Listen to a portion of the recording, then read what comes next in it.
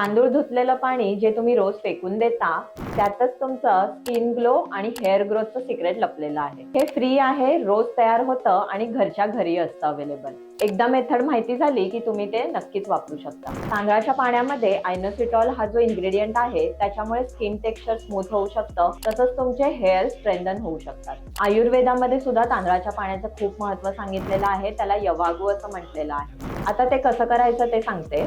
1 cup तांदूळ स्वच्छ धुवून घ्या आणि तो 2 ग्लास पाण्यामध्ये व्यवस्थित भिजत ठेवा. हे पाणी तुम्ही सकाळी गाळून घेऊ शकता, तर स्प्रे बॉटलमध्ये भरून त्याचा स्प्रे चेहऱ्यावर मारू शकता.